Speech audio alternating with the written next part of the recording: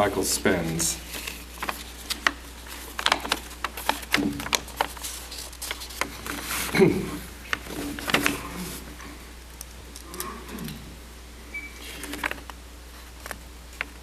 I would like to celebrate Colin's life here today briefly by drawing particularly on his own words in a letter he wrote not so long ago.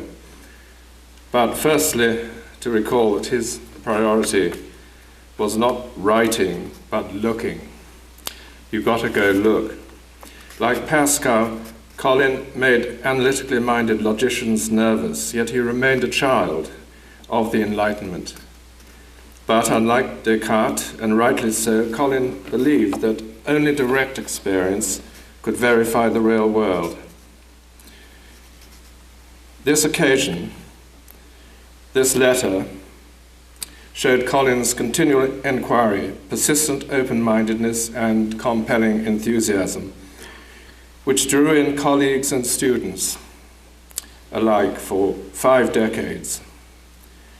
In late May 1995, Colin, with friends, and I regret I was not with them, visited in some definite curiosity himself, if not actual initial excitement, the library building by Alvarado, Kirkard, 1970, in Oregon. He wrote as follows, and my notes say right pocket unfold at 5 seconds.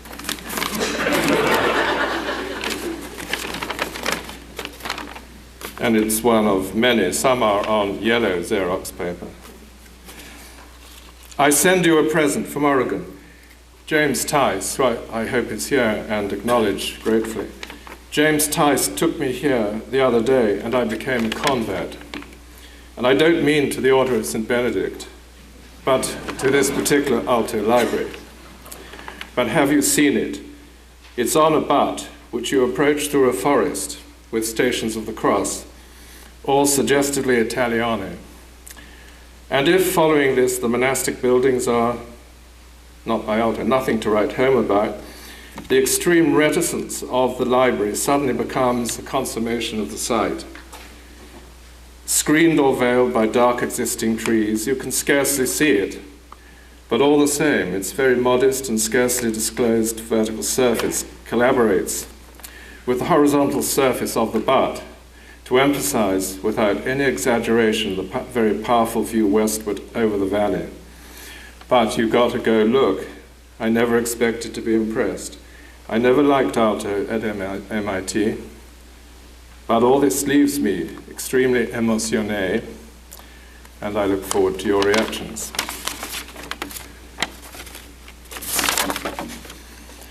Now, about a month later, in June, Colin came to London to receive the Gold Medal for Architecture, only the 3rd historian critic so to do. In his address, among other subjects, Colin focused on only 2 architects in particular. One, a lifelong interest, Peter Eisman, and Alvarado. The reaction of the assembled body changed from apprehension, what was now to be unleashed, to surprise, and then relief when Colin expressed a benign admiration for Alvarado. Post-Corbusians and various dinosaurs were relieved. But what had brought Colin round to Alto was Alto's reverence for the landscape, the consummation by building. Colin's always iconoclastic predisposition was accompanied by a compassion for those fellow human beings with whom he discoursed in an academic, extended family over half a century and half the world. He stayed tolerant of their distractions, mindful to advance their capabilities and careers, sharing wryly in their hard-won triumphs. Today, with his close family, we share in his own unique success, but to remember also now that he, incredibly gone, we have to safeguard his posterity and the integrity of his life work with all due vigilance. On that dark night in November, in some desperation, I added a couple of verses to the Texas Rangers. And I'm not sure who here is from Ithaca today, but I'll chance it anyway. It's noon in Caparola, there be those two facades. Still night up there in Ithaca, got no transparency. Thank you very much.